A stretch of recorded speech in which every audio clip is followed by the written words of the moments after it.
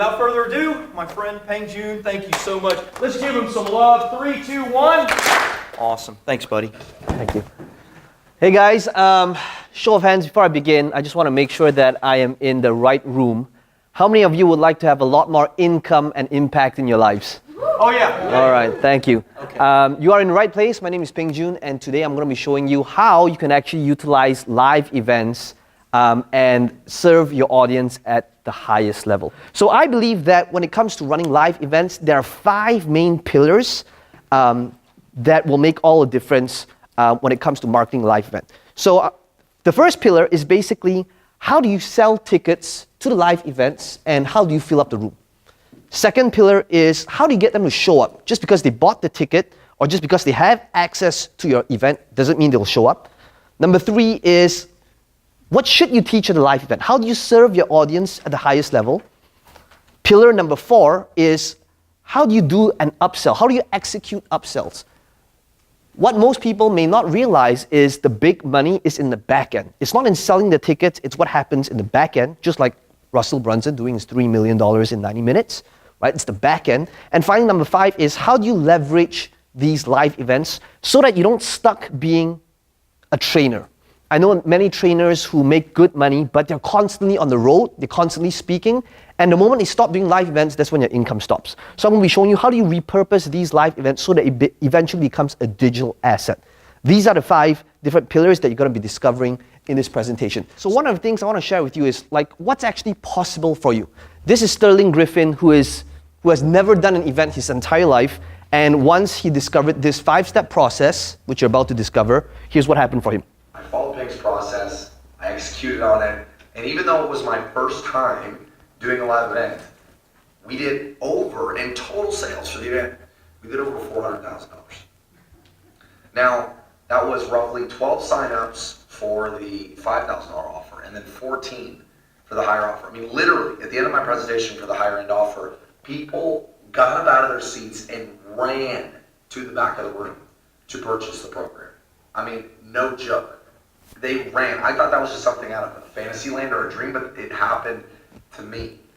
So I cannot say enough about working with Peng, because not only did I pay my money back this event, but I realize now that if I follow a proven process with events, it can become very lucrative, very profitable, and I can change so many lives. It's not just about the money that we made, but each of the people that were buying our program, like they were literally thanking me. So many of them with tears, like, thank you for doing this. Thank you for this event. You changed my life. And I don't know if that would be the case had it not been for me hiring Peng. So, Peng, I just want to also speak to you, man. Thank you so much for your support on this. It made a massive difference for me. I know that anyone who gets the opportunity to work with you is blessed. And I hope that they follow your instructions, man. I hope they just do what you tell them to do, because by golly, it works. Thank you so much, my man. And I wish you all the blessing, all the best in business. And for those of you watching, considering Peng, I hope that if you're the kind of person that wants to get results faster rather than slower, hope that you choose to work with Peng. Have an amazing day. Peace, love, and gains, baby. Okay, sidebar 1 second. So what did I just do? This is called a pre-frame, right?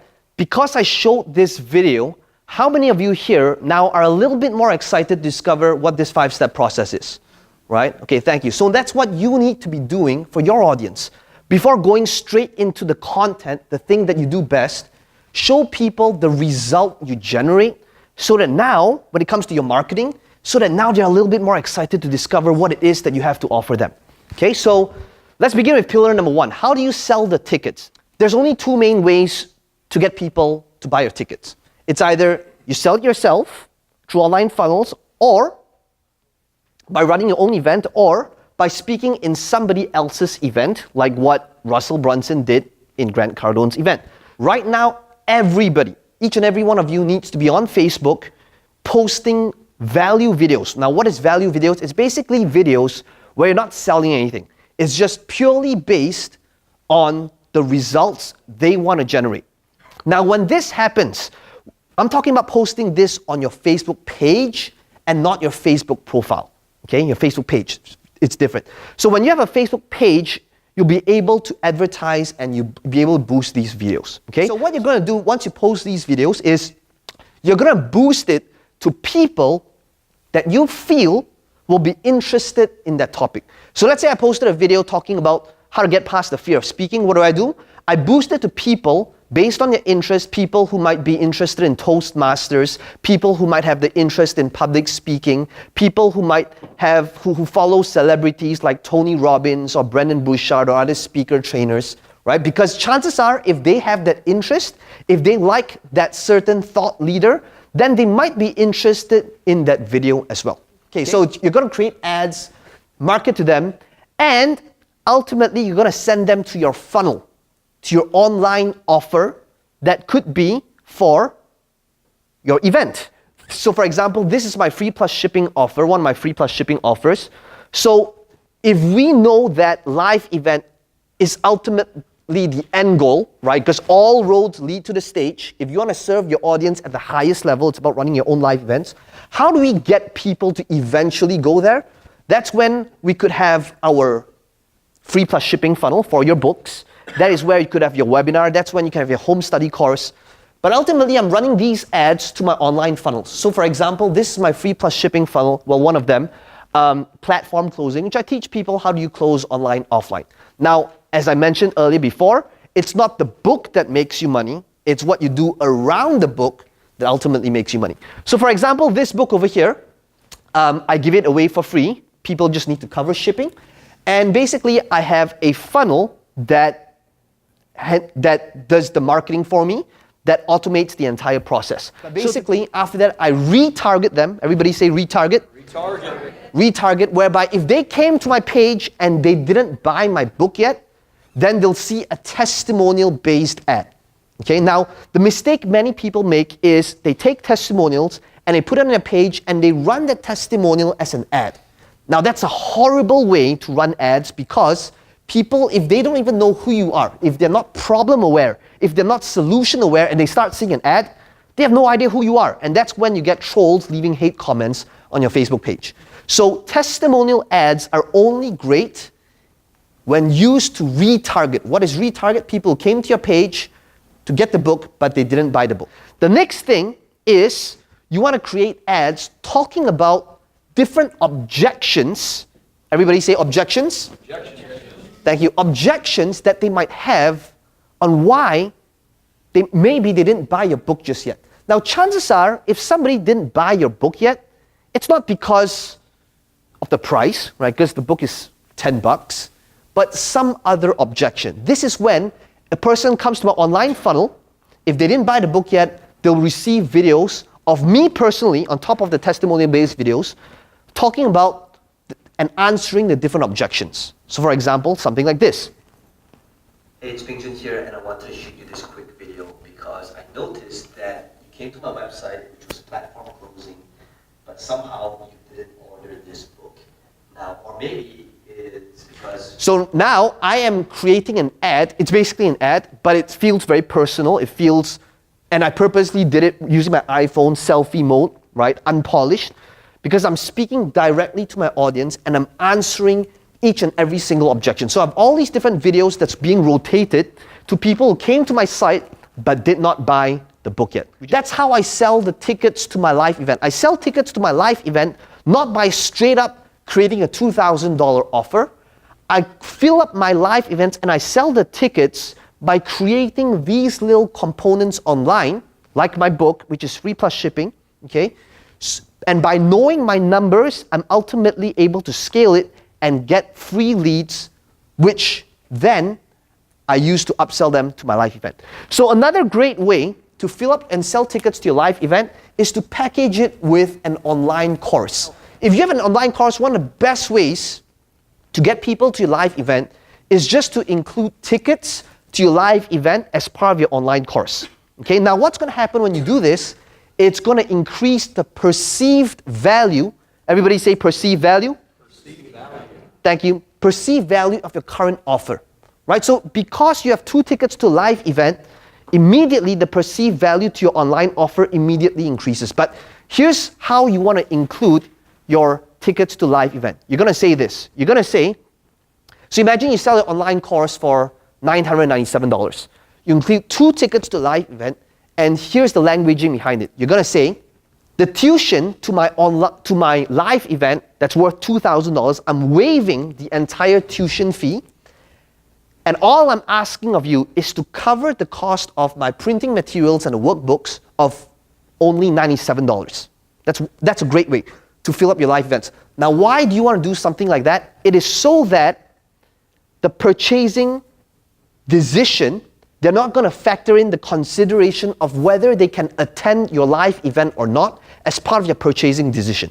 Because if you gave your ticket straight out for free and said, when you invest in this course, you'll be able to get 2 tickets to my live event that's happening in LA in November the 3rd, what's going to happen is the consumer is going to think, well, I don't want to fly all the way to LA. However, if you say, I'm waiving the tuition fee, I'm including the tickets in here, where all you need to do is cover the materials fee of only $97. Even if they can't make it to the live event, it's okay because they didn't have to pay the $97. Right? So you win both ways because it increases the perceived value of your current offer online. At the same time, it gets to help you fill up the live events. Another way to fill up your live events is to speak on other people's platforms. So one thing that I do all the time is I speak on other people's platforms where I have 90 minutes, and at the end of 90 minutes, I make an offer. And many people think that live events, many people dream of being a keynote. And I'm here to tell you that after doing a lot of live events, the highest paid speakers in the world are not keynote speakers. As a keynote speaker, you can get paid $50,000 to $100,000 for an hour to 90 minutes. But being a platform closer, that is when you can get paid 6 to 7 figures consistently if you know how to master this skill. Pillar number 2 is this. How do you get them to show up? Just because you included that ticket as part of your offer, just because they paid you, doesn't mean that they're going to show up. And you want them to show up. Why do you want them to show up? Because that's when you are able to serve them the highest level. And that is where the big money is. The money is not in selling the tickets. The money is in the back end. So how do you get them to show up? The first one is micro commitments. The more little commitments you can get them to do before coming, the more committed they will be and the more likely they will be when it comes to showing up. By getting them to do this little task, so for example, physical products. What if you shipped them a physical product as a welcome gift as part of the offer, right? That's one, right? Where the moment they sign up to get this huge box of awesomeness and they feel a little bit committed to come for a live event now. What if you included pre-training? Because if they actually do the pre-training, which is small, bite-sized trainings before they come, the more likely they will be to show up, right? Pre-training.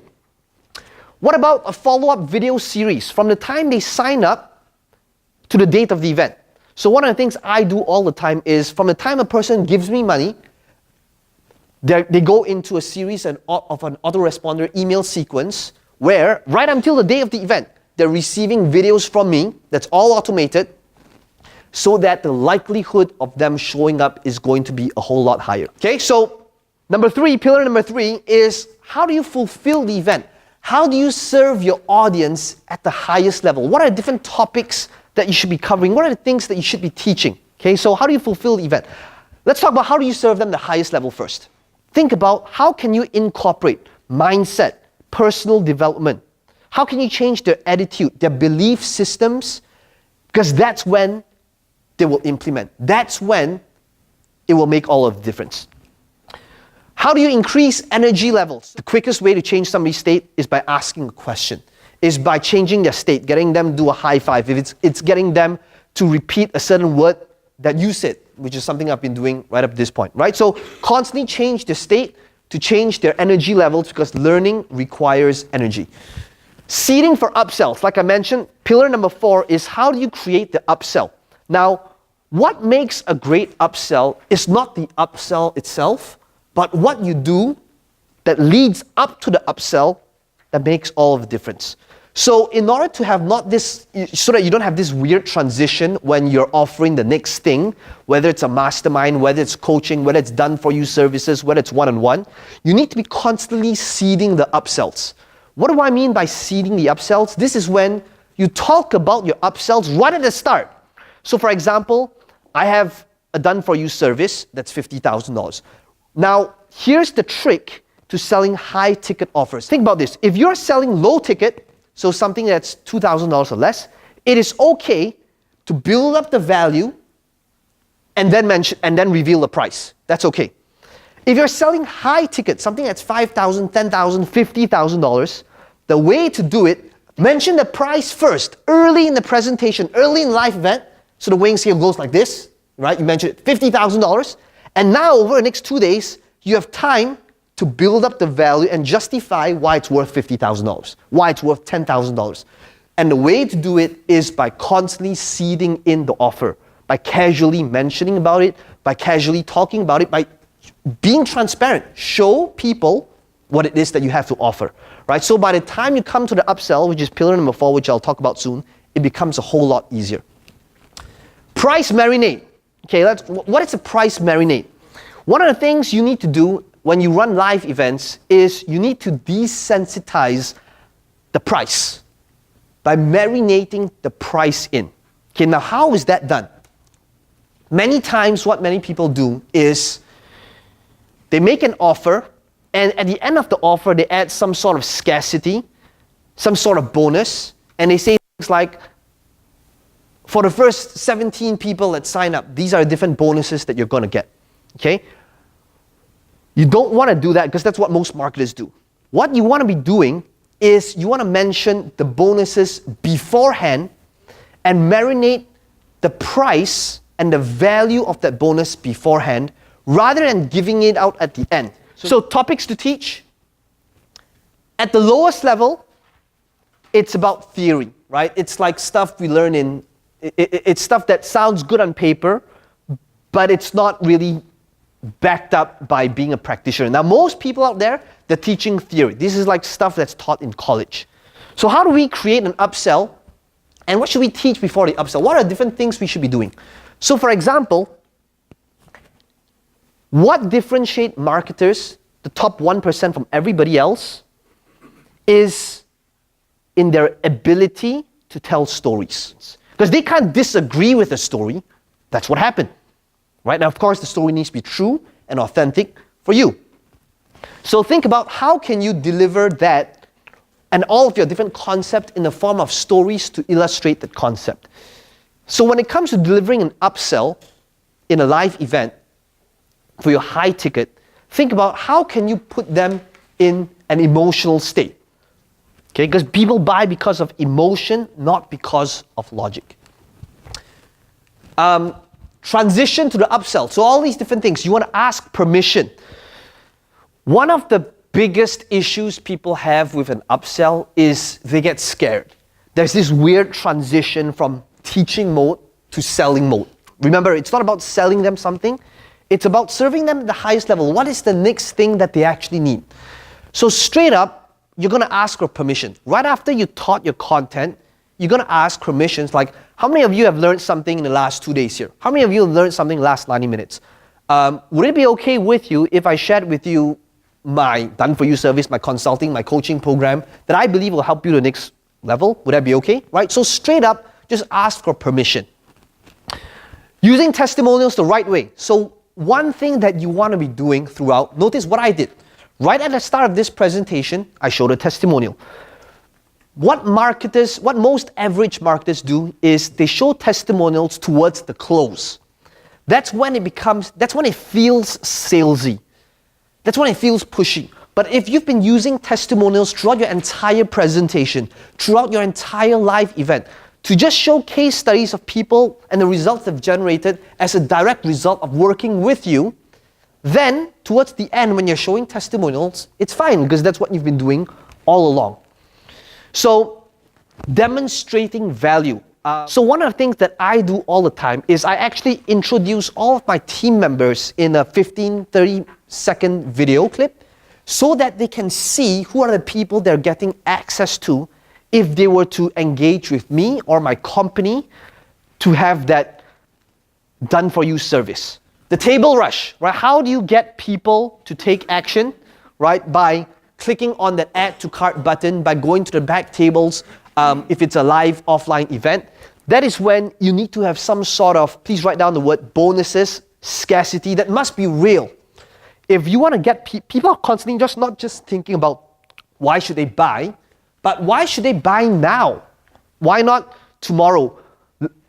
A common objection is, let me go home and talk to my wife first. Let me go home and talk to my husband first, right? So you want to get them to make the decision right now, whether it's through a webinar, whether it's through a live event. So think about what are different bonuses or scarcity that must be real so that they take action now, right? That's how you create a table rush. And this is how the social proof of it all. Everybody starts seeing everybody signing up. That's when they sign up as well. The application close. So a great way to have high ticket is to get people to apply to you. Because that puts you in a power position. You don't want to be the person that's going out to them. You want them coming up to you, and you decide who it is that you want to work with, right? How do you get people to apply? Now, this is when you want to use an application close. This is when you're going to say things like, now there's a lot of different ways to do it. Let me just give you one. Okay, so for example, you establish the value of your done-for-you or coaching program, and you establish total value at, and say it's $20,000. Now, to get people to apply, there's a couple of things you can do, right? So you can get them to take out a piece of paper, and you're gonna say something like, so write down your name, write down your phone number. The investment is $20,000, and I know that for some of you, you can't afford that, but those are the numbers. But what if I saw the potential in you that you didn't see in yourself? What if I saw what's possible for you, but you just didn't realize it yet, if you have the right tools, the right system, and right coaches in your life? So write this number down. Write down $10,000. Now, what if this number, $10,000, represented everything that we talked about today? What if it represented the coaching, the tools, my team? So if, in the next 12 months, if you generate a minimum of $100,000 as a direct result of doing this coaching program, on your own honesty and your own integrity, you're going to email my team. We're not going to ask you for it. And you are going to pay us the difference of $10,000. How many of you would agree that if I can help you generate an additional $100,000 in the next 12 months as a direct result of doing this program, $20,000 would be a no-brainer, right? So you get them to see the value. That's how you get them to apply. Now, then that's when you say, I only want to work with the people that's actually coachable and trainable. I can't accept all of you. So what I'd like you to do right now is you're going to come in front, we're going to take a picture representing the possibility of me accepting you in the program. Understand that I can't accept all of you. I only want to work with the people that's coachable and trainable. Next one, bonus or reclose. So one of the things to be doing when you run a live event is you want exclusivity for the people that's applying to work with you at the next level. So like one of the things we did over here, so like from a room of about 200 people, 300 people, we do an extra bonus session for the people that applied, that paid us to continue to the next level. And one of the things you want to do is just to have like a 30-minute, fast track strategy session with them, right? So that it feels exclusive, right? So that they're signing up at the event itself to be doing this with you. Okay? So Tony Robbins anchoring, I'm just going to call this like, I should find like a proper term for this. But one thing that Tony Robbins does so well, he doesn't just teach, but he's actually selling throughout the entire event, whether people realize it or not. Okay? So one of the things Tony Robbins does really well is telling stories that he will reuse again when it comes to a close. That brings us to number 5. Okay, so the last piece of the puzzle is how do you leverage events so that, and how do they play a part in the ecosystem, in your business model? What is the purpose of doing live events on top of the income and impact? It is for you to utilize these events so that it becomes part of something bigger, part of your business model. Okay, I'm going to talk about how does events help you, not just in the branding and the positioning, but how does it play a part in this entire ecosystem? How does it relate back to your book, to the funnels, to the Facebook ads? How does it all play a role and how does it all connect to each other? Remember, when people come to your live events, these are your best customers. These are the people you're able to change and transform their lives. So one thing that's bound to happen is you're going to get a ton of testimonials. So you want to use your live events as a way to acquire all these different testimonials, because we all know this, the most powerful thing in marketing is not your Facebook ad, it's not your sales funnel. It's about other people talking about how great you are. Testimonials, right? Now, when you run your live events, you're going to realize you'll be able to get a ton of testimonials. And the quality of testimonials is based upon the quality of questions that you ask, right? So rather than saying, can you give us a testimonial? The quality of the question. So for example, what is your biggest takeaway from this event? How has this program changed your life? What would you say to somebody that's thinking about joining this program? Ask the right questions so that you can get the right sound bites for your marketing. Okay? Testimonial acquisition. You'll be able to use live events to create your own marketing sizzle reel. Okay? So one of the things that I'm constantly doing all the time is we are recording these live events because they become part of a sizzle reel somewhere else. They're used in a sales video. They're used in a webinar. They're used to build authority, credibility. Okay? It's building up your sizzle reel. Next one. Okay? Marketing images. You've seen, I've used them throughout the presentation. Right? When you have these marketing images, they become a very, very powerful piece when you use them in your sales letter, in your sales video, in your Facebook ads, right? Marketing images. Next thing that you want to be doing is when you run your live event, one thing you want to be doing is take a group picture, like what we did just now, and at the end of the event, post this up and get that group to leave a Facebook comment on that group picture. Now, why do you want to do that? This is so powerful.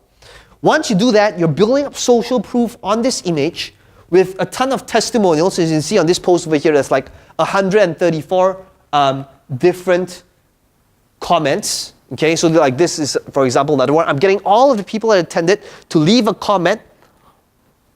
And then I run this as a retargeting ad later on. So next thing, comment forms. At the end of your event, one of the things you definitely want to do is to give out comment forms so that they can share what their biggest takeaway is and how they felt about the event. Why is this crucial? This is good, not just for you in terms of your marketing, but also to protect you. It is because when you do live events enough, here's what's bound to happen, right? 6 years later, we got an email saying, I'm attending a live event, and I feel that my life didn't change, and I want a refund. And one of the things my team had to do is we looked back at the comment form, and in the comment form, it said, this event changed my life, right? So one of the things you want to do to protect yourself is just have a comment form. It changed back in 6 years. Right, right? Feelings change, right? So have the comment forms. This is a great way to actually protect you. Ultimate testimonial. One of the things I believe the most powerful type of testimonial is what I call the ultimate testimonial, where at the end of the event, you're going to put them in a state whereby you're just going to ask them for feedback about how they felt about the event. Okay. I believe my time is up. I want to thank all of you for having me here. I believe that my work here is done, but yours has just begun. Thank you all very much. I appreciate you guys. Thank you.